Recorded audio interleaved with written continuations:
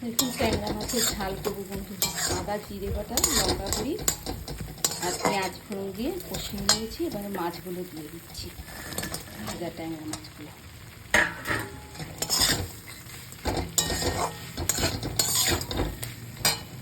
জল দিয়ে দিচ্ছি, অল্প জল দেবো, মাখা মাখা হবে।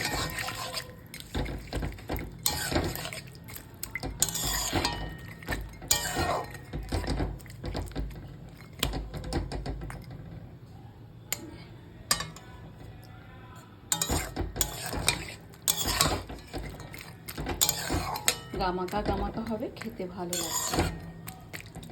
ট্যাংরা মাছে বেশি মশলা না দিলেই ভালো। পেঁয়াজ আদা জিরে বাটা, আর কিচ্ছু দিইনি। আর কাঁচা লঙ্কা চিড়ে দিয়েছি, একটু লঙ্কা গুঁড়ি দিয়েছি ফোড়নে।